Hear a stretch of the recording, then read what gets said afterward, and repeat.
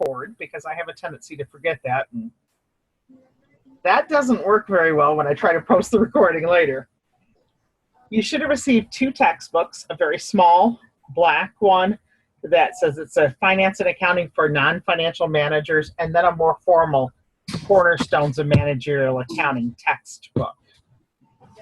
And for the first 2 weeks, we are only going to be in the small black book. That has no built-in homework to it. So the assignments are going to be a little weird for the first couple of weeks because they're built on reading these chapters in here and trying to find a way for you to show that you're learning something out of it when I don't have like end of chapter assignments to go with. But the first week, we're going to cover chapters 1 and 2 of the Little Black Book.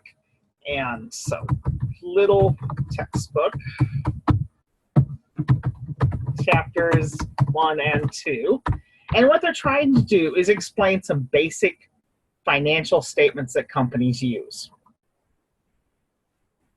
So we're going to cover those tonight. We're going to talk about those financial statements, try to make them make a little more sense, give us some framework to work with them, and point out some important things in the book to make sure you flag that you understand, or at least you have referenced.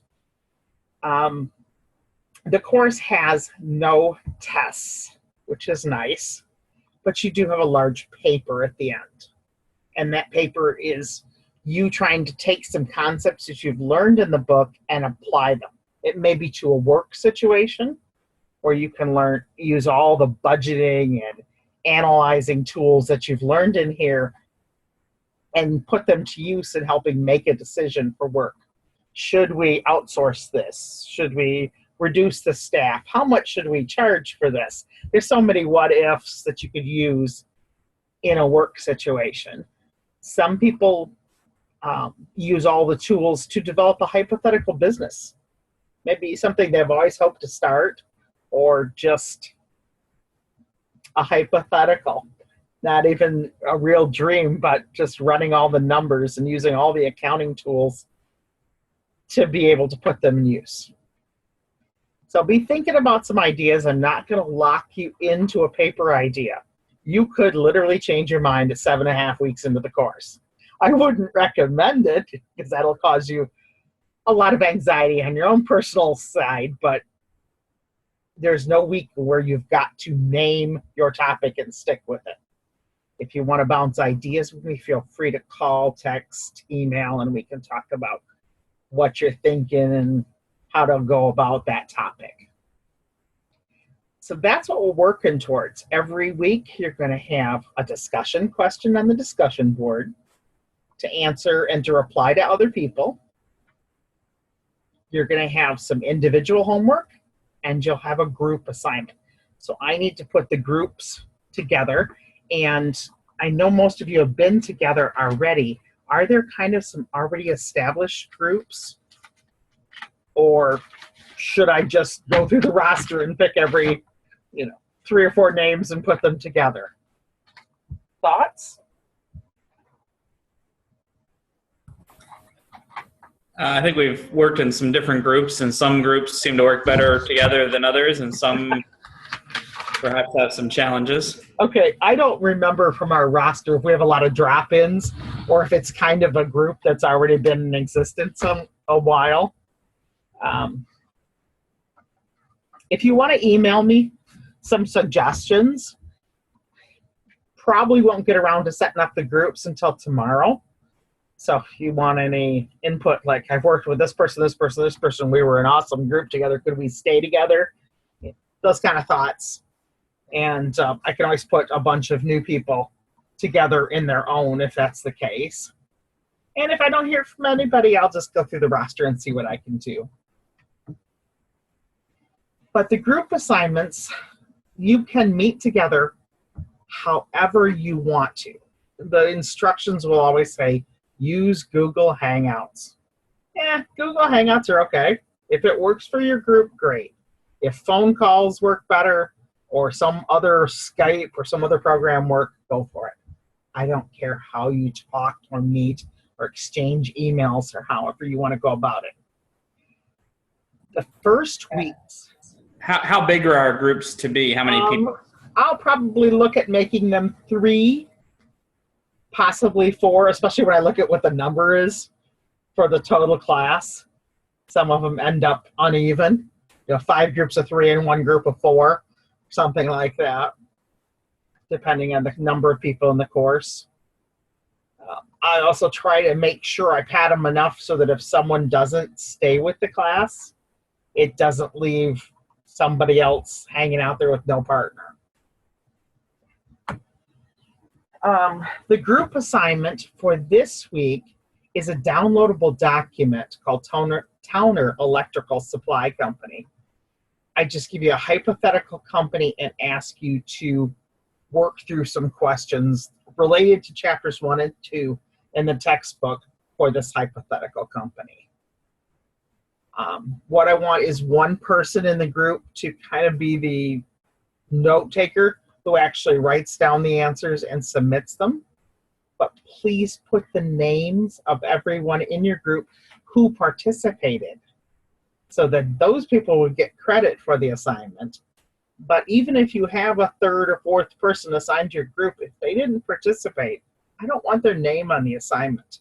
They shouldn't be getting credit for the group work if they're not participating. There's always those emergencies. Somebody's been faithful for 6 weeks and has a car accident in the 7th week and can't participate, and the group decides, let's just carry them through that week. I completely understand. But by the same token, I don't want you carrying somebody for 6 out of the 8 weeks. I'll let your group manage that. I'm going to look for the signatures or the names on the post that's submitted or on the document that's submitted to decide how to allocate points. The group work is not going to count for a huge amount of your grade. So even if someone was kind of riding along and not doing their share, they are not going to be able to pass the class by getting a couple of points freebie from the group work. Your individual work is also right now listed and shown as chapter 1 and 2 homework. It's a downloadable Word document that you're going to fill in and submit. Most weeks after 1 and 2, where we get into the actual textbook, your assignments will be certain problems out of the end of the chapters. Those are a little easier to figure out what you got to do because it's right there in the book. And how you turn those in, you can use Microsoft Word, you can use Excel. I'm pretty flexible on file formats. You just submit them at the Dropbox that's there. So, the other thing in the week 1 area in Moodle is that you'll need to set up your time to do your presentation on your final paper. We're going to meet in a format very much like this using Zoom, and you'll get a chance to show your PowerPoint. Just as I am sharing my screen right now to show you Excel, you will share your screen showing PowerPoint and talk as you flick through the slides or click through the slides. So, have I totally confused you or somewhat made sense? Doing okay? Makes sense to me. Okay. Me too. Good. Okay, well, I don't want you to feel like, oh, that was exciting and dry and boring. I want to get into the material so that you feel like you learned something tonight and are a little more prepared to go into the week of doing schoolwork. So if you'll look with me at your textbook, you have an introduction that is worth reading. It's before chapter 1 in the textbook. So take a look through the introduction as you get ready to do your reading. But where I'm going to start is chapter 1. Companies prepare financial statements to show their owners and other people, the bank, any other interested parties, how the company is doing.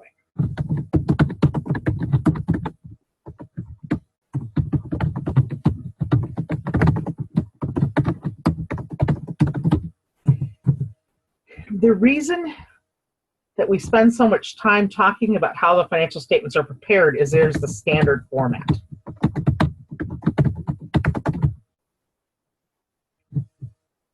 Back in the 1920s, there was the stock market crash. One of the reasons for the crash was that these documents were prepared for people to look at to possibly invest in the company, but there was no standardization. So a company could get away with really overstating how wonderful they were and enticing investors and not necessarily being real truthful. And it was hard to compare company A to company B if there was no standard format or standard rules on how they were to be prepared. So accountants got together and came up with generally accepted accounting principles. We abbreviate it GAAP, and it just means these are the rules that everyone who prepares financial statements and keeps accounting records must abide by. I use a very silly analogy when we're talking in class about getting together with friends and playing a game, whether it's a card game or a game like Monopoly. We've all been in that situation where you're halfway through the game and something comes up and you find out your friends don't play the same way you play, and now all of a sudden you've got this dilemma. Do you play by your rules or my rules, or how do we go about this? And accounting found the same problems. Some were creating documents, financial statements a certain way, and others were creating them another way. So they got together and decided, let's come up with some generally accepted, or we're all going to agree and accept these are the rules that we're going to play by. That's where GAAP comes from. You will not learn things like GAAP rule number 25 says to do this. We're just going to teach you this is the proper way to make financial statements. We're not going to teach you the improper way. We're going to teach you the way according to generally accepted accounting principles.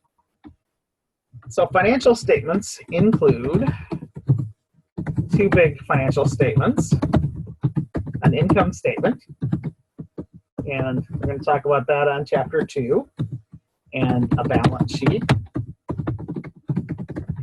I know I'm doing them out of order, but generally the order they're prepared is an income statement, then a balance sheet, and usually a statement of cash flows is in there too. And they're going to talk about that one. I believe it's chapter 3 in our textbook, which is next week. So I'm just mentioning it here, but you won't encounter it until week 2. So what your textbook does is takes a chapter for each one of these key financial statements that a company would prepare. So we're going to spend some time talking about a balance sheet first.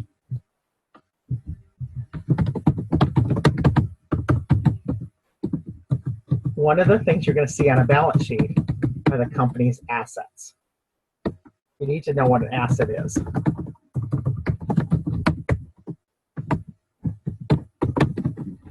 It's what the company owns, not what they're renting or borrowing, and it's not what the owner has in his or her private life. This is what the company has for assets. Some examples, if we want to start really simple with a sole proprietorship, there would probably be some equipment. So let's say we're talking about someone who provides snow plowing and lawn care services. They'd have equipment to do both of those types of things. They probably have a vehicle or vehicles. Maybe an office. So in the office, there'd be office equipment, furniture. If they're really fancy, they have a building. That is if they own the building. If they're renting it, we wouldn't put it on the list. There's probably supplies. You could get technical and make office supplies and lawn care supplies and snowplow supplies and so on. So you could stretch that into several categories if you wanted. Some other assets that don't typically get thought of right away, because as we make this list in class, I usually get the class brainstorming and we're coming up with ideas together. People will think of the things they can visualize. You know, shut your eyes and imagine this little snowplow business and what's in the garage, what's in the office, and so on. But we forget to include things like cash. In accounting terms, cash is the literal bills on hand. I don't mean bills you got to pay, but currency. The checking account, the savings account, etc. So it's a little broader term than we would use. And I turn to my husband and say, do we have any cash on you? We are talking about having currency on hand. Accountants use cash to mean all those forms, all totaled up together. Another asset that some companies will have is accounts receivable. That's the money owed to the business by customers. So if we've done work for a client, maybe plowed their driveway for the whole month of January, and then we send them a bill, while we're waiting to receive the money, it goes on our books as an account receivable. Accounts receivable never come about before we do our work. They're always after we've performed the service or given them their product or whatever it is we do for them. And one last one, prepaid insurance. When we buy an insurance policy, we've paid in advance for coverage. The amount we paid in advance is prepaid insurance. It's something of value that we have. We still have 4 months of insurance. So it would go on our list of assets. Doing okay? Yep. You're all muted, so I know it's hard. Yes. Okay. Yes. Yep. Any time that you feel like, whoa, she just went too fast, I lost something there, please jump in and say something. From the list of assets, the reader of this balance sheet, whether we're providing it for the bank or higher management, they don't just want to see a list of the names of the types of assets we have. They're also going to want to see dollar amounts coming down to a final total of so many dollars of assets. Well, most of the time it's not too hard to fill in the dollar amount. Cash, well, let's find out what's on hand, check the balance in the checking account and the savings account, and combine them all together. So I am going to make up a number. We'll say our business has $1,500 cash. Then hopefully somewhere there's some record-keeping documents. I'm going to move this over so we get a little bit of room to tell us who owes us money. Who are we still waiting to collect from? That may be chicken scratchings on the side of the calendar. It may be a real formal record-keeping system, all computerized. But somewhere or another, we ought to know who owes us and how much they owe us. So let's say when we look through that, that's $3,500 that we're still waiting to collect. Insurance shouldn't be too bad. We should be able to figure out how many months are left on the policy that we've already paid for and how much money that represents. So again, we can put a dollar amount down there. And I'm not going to fill in dollars for each of these, just give you an idea. But then when it comes to some of these things up here, got a little bit of a dilemma. Let's look at the building. If we bought it many years ago for $100,000, but recently we had it, sorry, getting the wrong punctuation in there, we had it appraised and it came out at $150,000. We might have even more figures. Maybe someone has offered us recently that they'd be willing to pay us $175,000 for it because they love our location. If you ever want to sell that building, I'll take it. Then we get the bank wanting this document with our list of assets, and they want us to put a number by the building. And we've got all these possible numbers running through our head about, oh, I could put down $100,000. That's what I paid for it. I could put down the appraisal. I could put down that offer. And the temptation is to make the assets look as good as possible to try to impress whoever you're showing this document to. So those GAAP rules made a rule and said you have to put it down at what it cost you. Oh, sorry. Column not quite wide enough. There you go. So the cost principle comes in and says, must record at price you paid for it. So that makes it a little easier. Now that you know the rule, we could go through and fill in the amount we paid for each of these items and put it down on our balance sheet. But I'm guessing a few of you are going, wait a minute here. You do that, aren't you messing things up a little bit? Let's take the vehicle, for example. Maybe we spent $40,000 to buy the vehicle, but it's 5 years old. Does accounting really want me to still show the reader $40,000 for my vehicle? That's kind of inflating the value of that vehicle. So the cost principle says put it down for what it cost you, but subtract, depreciation. You can record depreciation, which is the using up of the vehicle or the equipment or the building. Slowly but surely, we're going to use them up over time. Building, probably over a long period of time. A vehicle, maybe over 5 years. So you will see depreciation taken away from these assets. And oftentimes they'll show the original cost and the amount of the depreciation so that you can see what's happening. If you have your books handy, look at page 21. I'm talking about the small black book that we're using for the first 2 weeks.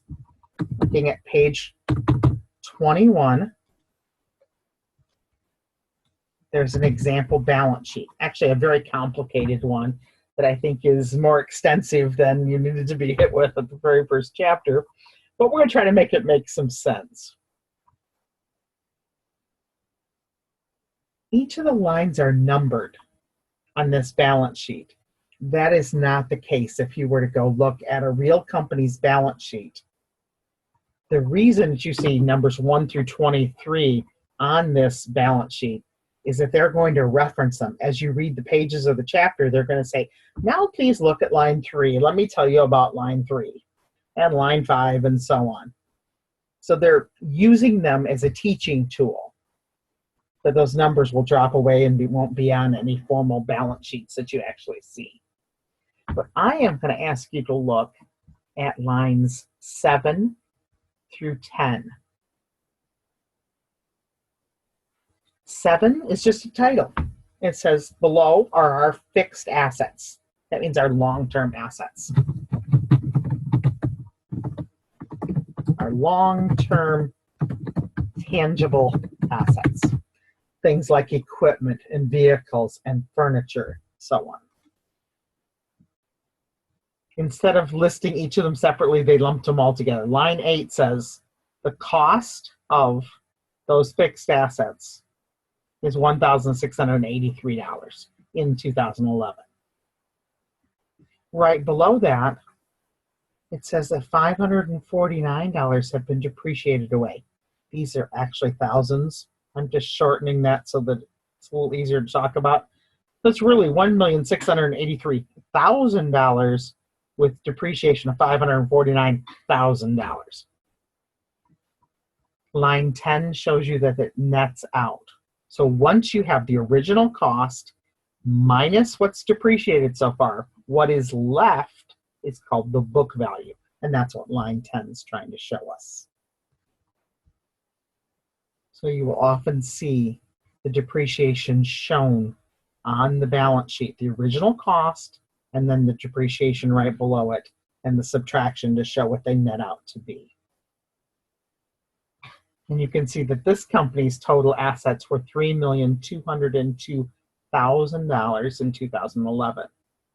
We're going to pretend that our total was $250,000. I'm just making up a number, pretending that we had made that list up above and that's what it totaled. Then we're going to look at the next component of a balance sheet, and that's our liabilities. And liabilities represent what the company, not the individual owner, owes. That's their bills. But not, this is often confusing for students. Imagine that you stopped right at this moment in time and grabbed every bill that is still unpaid in your business and listed them. That's what we're doing. Doesn't matter if it doesn't include every one that comes due each month. We're stopping at a moment in time and listing the ones that currently are unpaid. So you could have utilities. If you have a utility bill that's currently unpaid, if you're all caught up and they're all paid right now, it wouldn't go on the list. You probably have a mortgage. And since you have a balance on the mortgage, it's going to go on the list, even though you might have made this month's payment already. You'll want to put it on the list because technically you have a huge balance that you still owe. You haven't paid it off. You might have equipment loan or a vehicle loan. Those will also go on the list.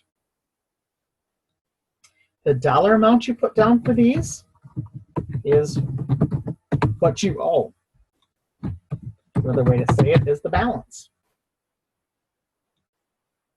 So you'll get dollar amounts for each of these. There's really not a question of what to put down the way there was on the building with all the possible choices for numbers. Just have to put down what you owe. And you total them. And again, we're going to make up a number. Let's say that we owe $100,000. That's our total liabilities.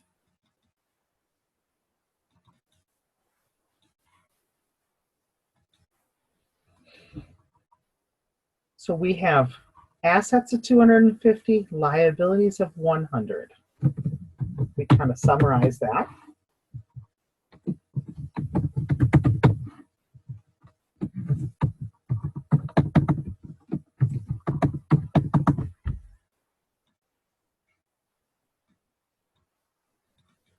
Oh, no. Yeah, I know what I did. Okay, so we're going to take these two lists, put them on a nice piece of paper in a pretty format, and take them to the bank because we're asking for a loan. And the bank wants to know what we have for assets and what we have for liabilities. When the bank considers whether to give us a loan, they're going to want to know how much do we want to borrow. So let's say we want to borrow $50,000. The bank may consider giving that to us. A lot will depend on our credit rating, how good we've been at paying our other loans back, and so on. But what you're probably doing, if you're thinking along with me, is you're comparing these two numbers and looking for the difference. If the company took all its assets and used them to pay off all their bills, there would be money left over. Yes, that's not the accounting term for it. Leftovers, wouldn't it be great if it was simple like that? And they used real English words instead of crazy vocabulary, but the leftovers are $150,000. The accounting word for that is the equity. After they took the assets, paid off the liabilities, there's still $150,000 left over. All the creditors have been satisfied. We have met the obligations owed to them. So this $150,000 belongs to the owner. So technically it's called the owner's equity. If there's only one owner, that is that owner's equity. If there are partners, they each have a share of that. If it's a corporation, that's the stockholder's equity. But whoever the owners are in the business, that belongs to them. Doing okay? Yes. Yep. Yes. Good. I'm starting out with a sole proprietorship. Your book is going to start out with a corporation. I just want to kind of ease us into it. So that's some of the reasons that some of these things are not going to perfectly align for a few minutes. But what we're looking at here is an accounting equation, and officially it's assets minus liabilities equal equity. Yes, I see the typo. I never promised to be a good typist. Another way to say it is assets equal liabilities plus equity. So take a second and look at that second way of doing the equation, and you'll see that it still works. Assets, 250,000 equal liabilities plus equity together. Oh, okay, that still works. Just a different way to show it.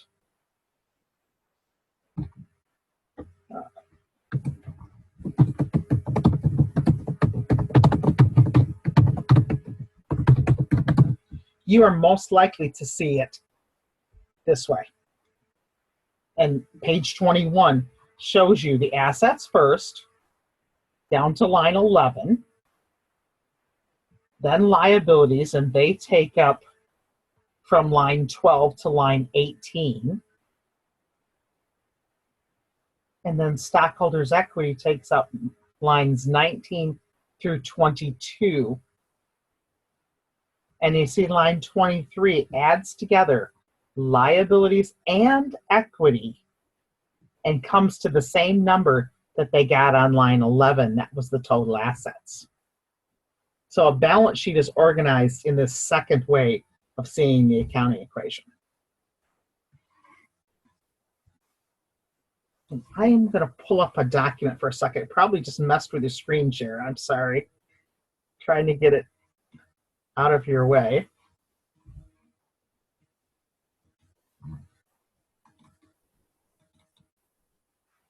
And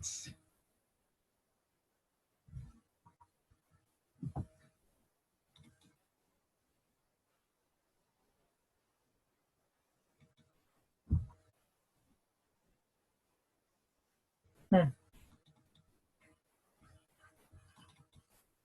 we go. Okay, I'm going to screen share to something else for just a second. And you should be seeing, hopefully, that chapter 1 and 2 homework. If you can't see it, please jump in here and let me know. This is the document you'll download out of Moodle and fill in. And I'm going to jump you right here to question 2 for a minute.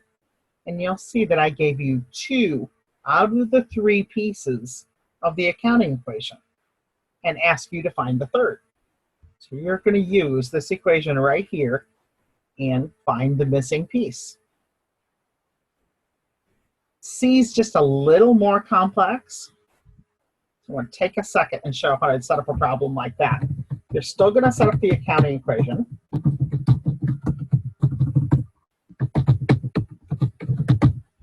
Just like this. Oh, but I want you to move it over just a hair. I know I'm in the Excel spreadsheet. You can't see it. I'll bring you back here in a second. Okay, so this problem that you see in chapter 1 and 2 homework says at January 1st, here's your assets. January 1st, here's your liabilities. During the year, this and this and this happened. Oh, what's stockholders' equity at the end of the year? So if I run back over and look at our Excel spreadsheet, you want to set it up like this. Assets, liabilities, and equity have one line that's dedicated to how things were at the beginning of the year. Fill in the pieces they give you, find the missing one, and then record what they tell you happened during the year. And they tell us equity went up by some amount of money, so you'll put that in there. And then liabilities decreased, so you'll want to put in that entry of how much money it decreased by, and then compute the ending numbers. So you'll know what liabilities were at the beginning. You'll know to subtract out some money that it said it decreased by, so you can compute the end. You'll know the beginning equity, you'll know that it increased, so you can compute the ending. And as you fill in the ending, the box you're looking for is this one right here. You're wanting to find the end of the year equity. So most of the problems will be as simple as just, here's the assets, here's the liabilities, find equity.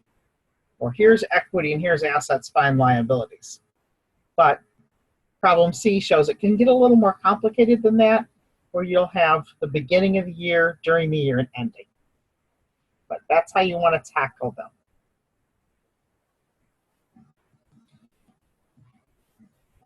Hopefully I'm not driving your eyes nuts. I'm going to take you back to the homework sheet.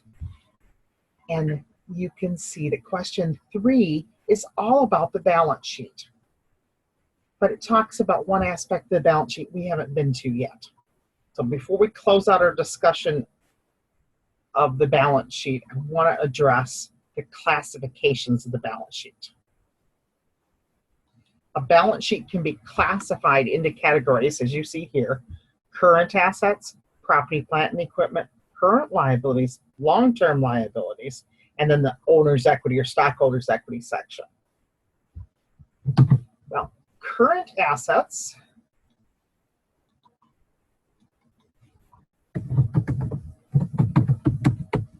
are those assets that will be used up or turned into cash within 1 year. So these are things that are quickly going to be used up. Your cash, your supplies, your prepaid insurance, and even your accounts receivable, because that hopefully will be turned into cash within a year. The opposite of it are the long-term assets that typically get the title property, plant, and equipment. They could be called long-term assets, sometimes called fixed assets.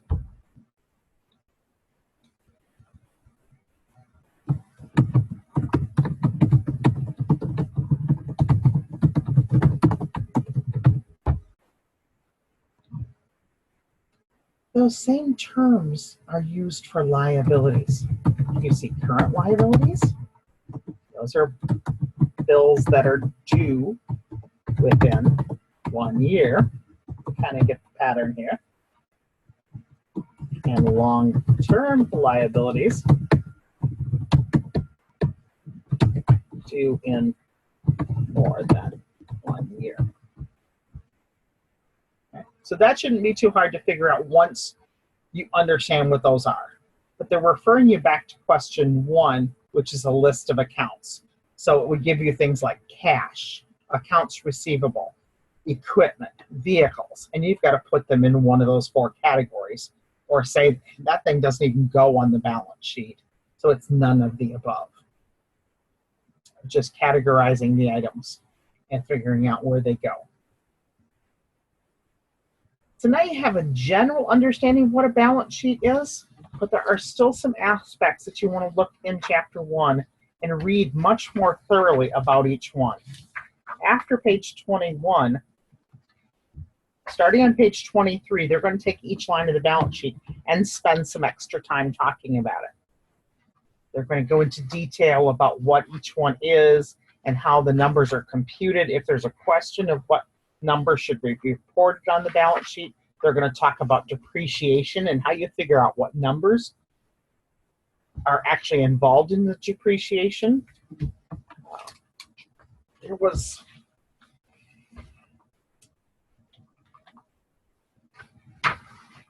just looking for a couple of things in here.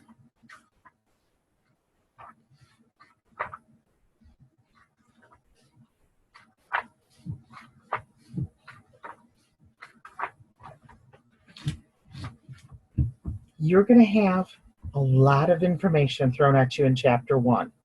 Don't let it overwhelm you. Keep in mind the basic things we talked about here. Understanding what goes on a balance sheet, how the numbers relate to each other in the case of an accounting equation, how the balance sheet balances, that assets really do equal what the other 2 numbers liabilities, and equity come to. And together, they make the balance sheet. The specifics of how each number is generated are going to show up some, but I don't want you got caught in the weeds of that and losing the big picture. So try to take in the information,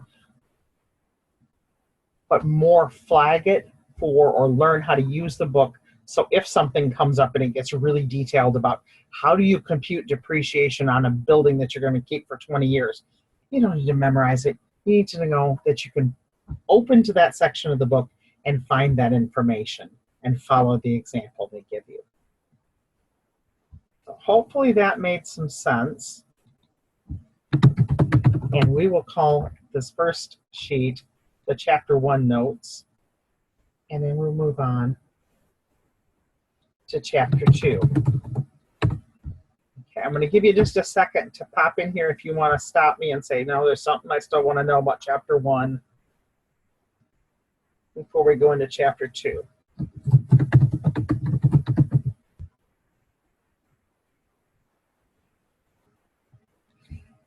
Okay, Chapter 2 is going to talk about an income statement. That's actually the very first financial statement that most companies will prepare. The purpose of it is to determine or show that the company profit or possibly a loss, but it's showing whether and how much the profit or loss was. Let's start out with a simple service business. Your textbook does not start out with that. So you're not going to find what I'm going to show you as an example in the chapter. We're starting here so that we can build upon it. A service business, like our lawn care, snow removal business, is going to collect money from customers for doing the work. They're going to charge customers for performing their service. So they're going to call them fees earned or revenue. Two words that mean the same thing. That will be the dollar amount they charge the customer for their work.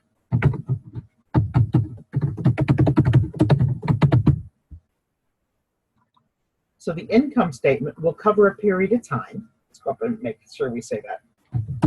Covers a period of time. The balance sheet, however, covered a moment in time. It said freeze everything and list what you have right now and what you owe right now. The income statement, on the other hand, covers a period of time. So it says here is all the work we've done for clients during the month of, or during the quarter of, or during the whole year, whatever period of time they're making the income statement for. The other thing that they'll need to say is all the expenses that they have. And they'll start listing the expenses. They might rent something. Not uncommon for a company to rent their building or rent some of the equipment that they use. If they have any employees, they may pay salaries. They'll have insurance.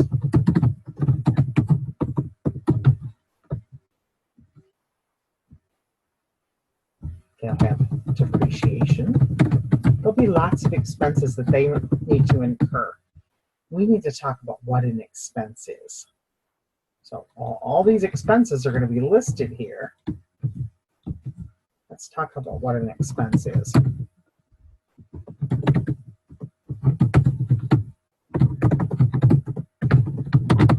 Officially, it's the cost incurred to earn the revenue. I want you to think about it as what we used up in order to make the revenue. So doing the work for the client, what things did we use up? We used up a building or a month of rent. We used up employee time, which led to salaries, insurance. We used up some of the equipment that led to depreciating the equipment. So then when we get to the bottom line, we have either a net income or a loss. And we get that by subtracting revenue and expenses.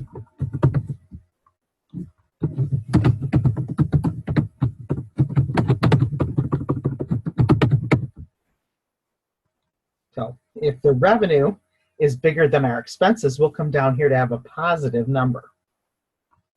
But if our revenue is kind of small and we have a whole bunch of expenses, we could end up in a loss.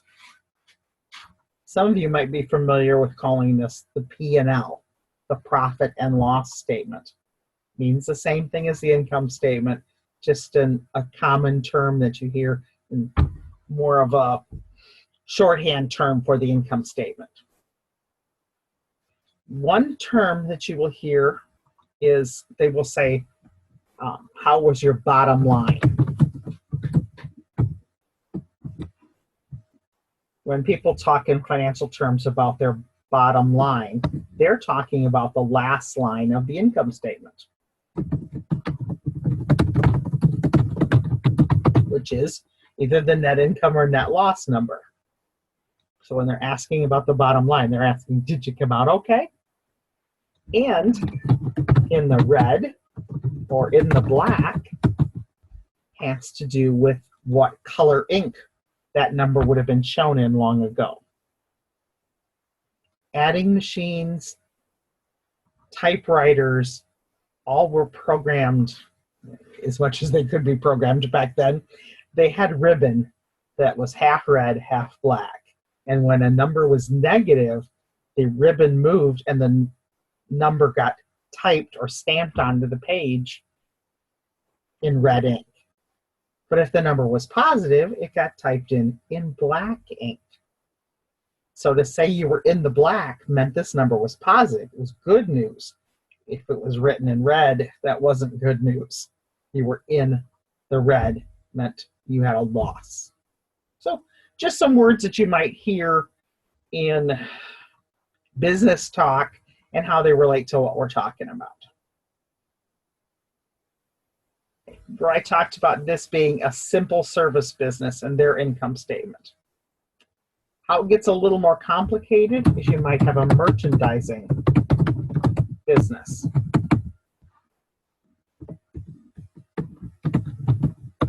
They sell products. They don't do services for clients. The one up above performed a service and charged the client for the service. This one actually sells products. They don't make the products, but they sell the products. So their revenue is called sales. And they'll put down the dollar amount that they sold the products for. And they have several expenses, but the biggest is something called cost of goods sold. The cost of the items they sold. So, for example, if we sold, try to make the numbers nice and round, 1,000 products for $5 each,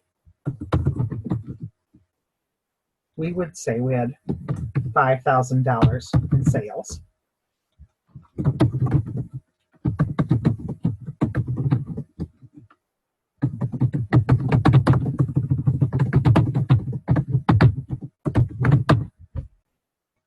And the cost of goods sold, if we paid $3 a piece for them, would be $3,000. So we marked them up. We bought them for $3, but sold them for $5. So the first thing we would do on our income statement after showing what we charged the customer for them was to show our original cost, because that $5,000 has to pay us back for the items that were sold. Once we compute the difference of $2,000, we say we have a gross profit of $2,000. But unfortunately, we're not done then. That's not our final profit for the year. We still have expenses.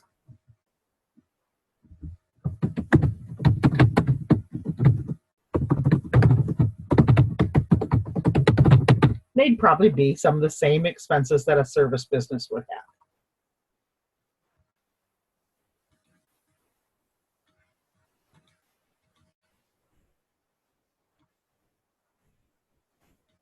So we'll put those there. And then finally, you would subtract all those expenses from the profit that's left over, the $2,000, and hopefully you will find that you're in the black.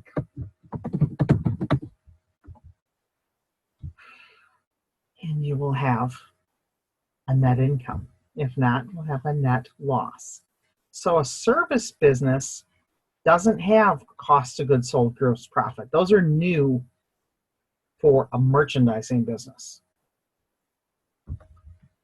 Again, in chapter 2, they give you an example income statement. I'm trying to get a page number as we talk here.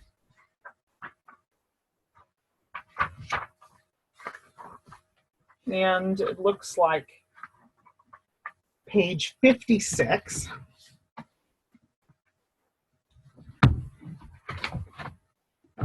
For an example income statement, see page 56. And you can see it begins with revenue.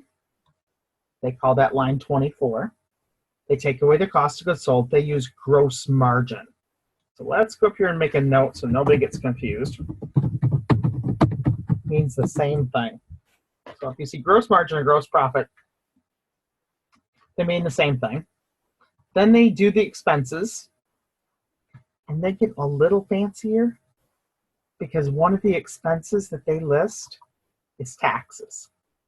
Taxes are only going to show up if we're dealing with a corporation. So they're going to assume the most complicated form of business ownership, corporation, and show taxes. So they did a subtotal before they took away the taxes. That was line 29. Then they took away the taxes, and they got to the final profit, which is line 31.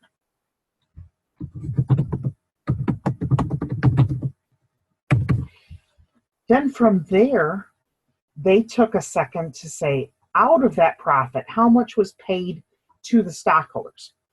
So in their example on page 56, for 2011, they say their net income was $156,000. On the next line, they say they paid $46,000 in dividends out to the stockholders, leaving them the very last line, $110,000 that the company is going to retain or hold on to start next year and keep functioning within the company. If they paid out all their profits, there wouldn't be enough to keep restocking the shelves with new inventory and continuing to maybe expand the business. So there has to be some retained earnings. And just like with chapter 1, chapter 2 is going to take the income statement and go line by line explaining what each of those lines represents. In your chapter 1 and 2 homework, you're going to be playing with some of these numbers and doing some calculations to show that you understand how an income statement functions. So that's it for what I had to cover. I want to know if this is doing okay or if you're completely overwhelmed with everything we're talking about.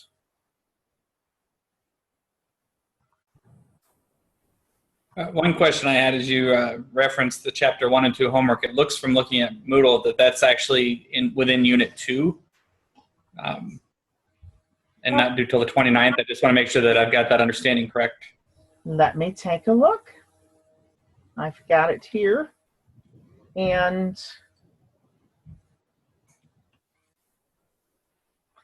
yes, you are correct. You have the wonderful feature of no chapter 1 and 2 homework until next week.